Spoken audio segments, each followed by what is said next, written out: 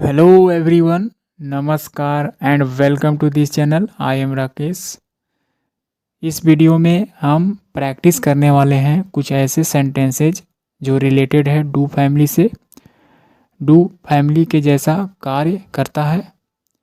So guys, जैसा कि आप सभी जानते हैं, हमने इस चैनल पर एक सीरीज को स्टार्ट किया है, that is spoken English speaking practice with sentences.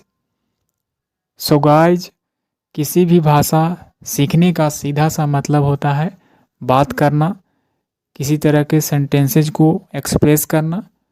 कह सकते हैं माय डियर लर्नर्स, अब तक की वीडियो में हमने जिस तरह के सेंटेंसेज को प्रैक्टिस किया है वे सारे सेंटेंसेज इन 3 फैमिली से रिलेटेड थी। जैसा कि आपको पता होना चाहिए, यदि आप लैंग्वेज को सीखते हैं तो कहीं ना कहीं इन तीनों वर्ड, इन तीनों फैमिली का महत्वपूर्ण भूमिका होती है। इसके बिना आप सेंटेंस को फॉर्म नहीं कर सकते। ये तीनों फैमिली टेंस को निर्माण करने में महत्वपूर्ण भूमिका निभाती हैं और हमने प्रीवियस वीडियोज में इन तीनों वर्ड बी, हैव और डू से रिलेटेड सेंटेंसेस को प्रैक्टिस किया है।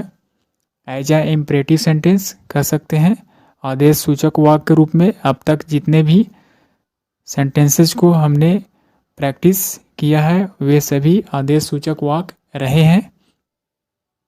लास्ट वीडियो में हमने डू फैमिली से रिलेटेड सेंटेंसेस को प्रैक्टिस किया है।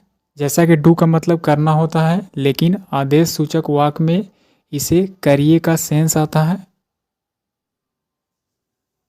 जैसा कि प्रीवियस वीडियो में हमने इसके बारे में जाना है, साथ ही साथ हमने आदेश सूचक वाक्य को अच्छे से जाना है इसके पहले की वीडियो में। और हमेशा वर्ब से शुरुआत होती है। सामने वाले सेकंड पर्सन से बात करने के लिए इस तरह के वाक्यों को इस्तेमाल किया जाता है और हमेशा सामने वाले बंदे को एज अ सब्जेक्ट के रूप में होते हैं और वह हिडन होता है। सो गाइज, इस तरह की सेंटेंसेस को सेकंड पर्सन से बात करने के लिए इस्तेमाल करते हैं। जैसा कि हमने बताया, सामने वाले बंदे से बात करने के लिए इस तरह के वाक्यों को इस्तेमाल करते हैं। अब तक हमने इन तीनों फैमिली के बारे में सेंटेंसेस प्रैक्टिस किया है। फिर से एक एक एग्जाम्पल के जरिए हिंदी में समझते हैं। जैसा कि बी का मतलब होइए, बनिए या रहिए। एज अ इम्परेटिव सेंटेंस का मतलब होता है बी एट होम, घर पर रहिए। हैव का मतलब पास होना या पास होना चाहिए या रखिए, पास रखिए। ऐसा इम्परेटिव सेंटेंस में हिंदी मीनिंग होती है। हैव अ होम यानी कि सामने वाले इंसान को कहा जा रहा है कि एक घर रखिए, यानी कि उस बंदे के पास घर नहीं है, यानी कि उसके पास एक घर होना चाहिए। इस तरह का सेंस आएगा। नेक्स्ट है as a do family. Do का मतलब करना, यानी कि डू करिए योर हाउस होल्ड चोर्स, यानी कि अपना घर के काम करिए। सामने वाले इंसान को हमेशा इस तरह के सेंटेंसेस को कहा जाता है। यहाँ पर सब्जेक्ट हिडन होता है, सीधे वर्ब से शुरुआत करते हैं।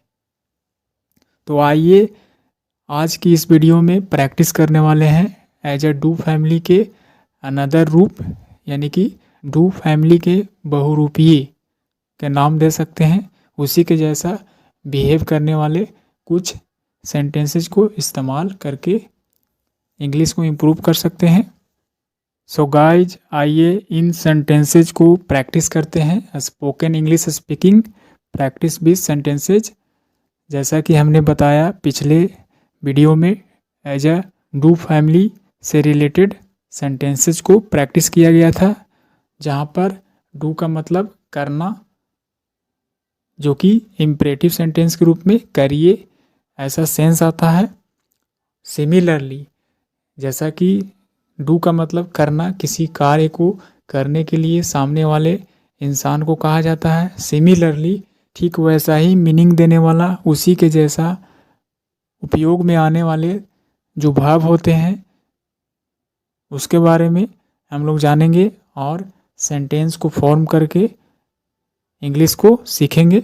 जैसा कि जाना, आना, खेलना, लिखना, बोलना, इस तरह से बहुत सारे भाव का इस्तेमाल करके प्रैक्टिस कर सकते हैं। जैसा कि आप सभी को पता है, मात्र एक वर्ड से भी शुरू हो सकता है। डेट इज केवल भाव से एक सेंटेंस को मीनिंग दे तो आइए डू फैमिली के जैसा बिहेव करने वाले अन्य भाव की इस्तेमाल करके इंग्लिश को इम्प्रूव करते हैं कि इस तरह के सेंटेंसेस की शुरुआत भाव का फर्स्ट वन से होता है और फुल स्टॉप से अंत होता है। और जैसा कि आप यहाँ पर देख सकते हैं, सब्जेक्ट हिडन होता है, यानी कि सामने वाले इंसान से बात करने के लिए ऐसे सेंटेंस का इस्तेमाल करते हैं, चाहे वह इंसान फॉर्मल हो या इनफॉर्मल। मात्र एक वर्ड से शुरू होने वाला सबसे छोटा वाक्य गो, यानी कि जाओ, सामने वाले इंसान को कहा जाएगा गो, जाइए, जाओ, ऐसा कर सकते हैं। गो टू स्कूल अनदर रूप में ऐसे समझ सकते हैं। Another example, go to school, school जाओ, स्कूल जाइए। गो स्लोली, धीरे धीरे जाइए, ऐसा कर सकते हैं। नेक्स्ट, कम, इट मीन्स आइए, आओ, आना, ऐसा डिफरेंट मीनिंग हो सकता है। कम टू मी, मेरे पास आइए। कम हेयर, यहाँ आइए, इस तरह से सेंस आएगा। हमने पिछले वीडियो में डू फैमिली से रिलेटेड डू के बारे में जाना था, जिसमें करना का सेंस आ रहा था, करिए, इस काम को करिए, इसे करिए, इस तरह से करना का सेंस आ रहा था। सिमिलरली खाना, पीना, ना का सेंस आ रहा है करना, कहीं ना कहीं करना से रिलेटेड ये सारे सेंटेंस। जैसा कि बी का मतलब होता था होना, बनना, रहना, होइए, बनिए, रहिए, और हैव का मतलब था रखिए, पास रखिए, इस तरह का सेंस आ रहा था। लेकिन डू का मतलब करना। सिमिलरली ये सारे जो सेंटेंसेस प्रैक्टिस कर रहे हैं ये इसी जैसा मतलब देता है, करना, जाना, आना, खाना, इस तरह का। नेक्स्ट, सिट डाउन, बैठ जाइए, सिट डाउन, बैठ जाइए। स्टैंड अप, स्टैंड अप, खड़े हो जाइए, सामने वाले इंसान को कहा जा रहा है गो अवे, चले जाइए। स्पीक इन इंग्लिश, यानी कि बोलिए, बोलो, इंग्लिश में बोलो। ऑलवेज स्पीक द ट्रूथ, हमेशा सत्य बोलिए, हमेशा सत्य बोलो, ऐसा कहने का मतलब हुआ। नेक्स्ट, हेल्प द पुअर, गरीब लोगों को मदद कीजिए या गरीब लोगों को मदद करो, ऐसा कह सकते हैं। कंपेयर योर सेल्फ, यानी कि सामने वाले इंसान को कहा जा रहा है कि तुलना कीजिए खुद से, योर सेल्फ, अपने आप से तुलना कीजिए। रेस्पेक्ट एल्डर्स, यानी कि आदर दीजिए, सम्मान कीजिए बड़ों को, respect elders. Improve your self, खुद को क्या कीजिए, सुधार कीजिए, इम्प्रूव कीजिए योर सेल्फ, अपने आप को। राइट आ लेटर, लिखिए, क्या, आ लेटर, एक पत्र को लिखिए या लिखो। रिमाइंड मी, याद दिलाना, रिमाइंड का मतलब याद दिलाना, रिमेंबर का मतलब याद रखना। यहाँ पर रिमाइंड मी, मुझे याद दिलाना। प्लीज हेल्प मी, यहाँ पर निवेदन किया जा रहा है, रिक्वेस्ट किया जा रहा है, कृपया करके मेरी मदद करो या कीजिए, ऐसा कह सकते हैं। Next, kindly don't beat children, kindly it means दया करके क्या कीजिए, मत कीजिए। डोंट का मतलब मत करना, क्या, बीट यानी कि पीटना, चिल्ड्रेन यानी कि बच्चों को मत पीटिए, मत मारिए, कृपया करके दया करके बच्चों को मत मारिए, ऐसा इसका हिंदी मीनिंग होगा। नेक्स्ट, डोंट टेल अ लाई, यानी कि झूठ मत बोलो, झूठ मत बोलिए, इस तरह का एज अ नेगेटिव सेंटेंस का फॉर्म किया जा रहा है। Next, don't ever tell a lie कहा जा रहा है डोंट एवर, यानी कि इसका इक्वल मीनिंग होगा नेवर, कभी भी नहीं, कभी भी नहीं। टेल अलाई झूठ मत बोलिए, कभी भी मत झूठ बोलो। Next, ever tell the truth, यहाँ पर एवर से इस्तेमाल किया जाने वाला सेंटेंस का मतलब हुआ कभी तो सत्य बोला करो, यानी कि एवर कभी भी, कभी तो टेल द ट्रूथ कभी तो सत्य बोलो, यानी कि हमेशा झूठ बोलते रहते हो। Never ever talk to that girl, कहा जा रहा है कि भूल कर भी मत बात करना डैट गर्ल, उस लड़की से। नेवर एवर भूल कर भी मत करो या कीजिए, टॉक टू यानी बात कीजिए, डैट गर्ल उस लड़की से। Don't compare others, it means दूसरों की तुलना मत करें या मत कीजिए।